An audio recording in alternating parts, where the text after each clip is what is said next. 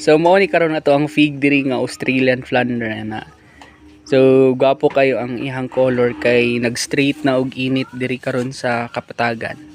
So very red na siya. So mao na ni ang ripe na gyud og lami nga taste sa fig. So napa diri na mga nangahinog na tungod sa init, pero pag sobra pud kay kainit ito nahulog. Pag sobra pud kay kainit maamura po siya mapaso ang fruit sa fig. So dara nahulog na tungod sa kahinog.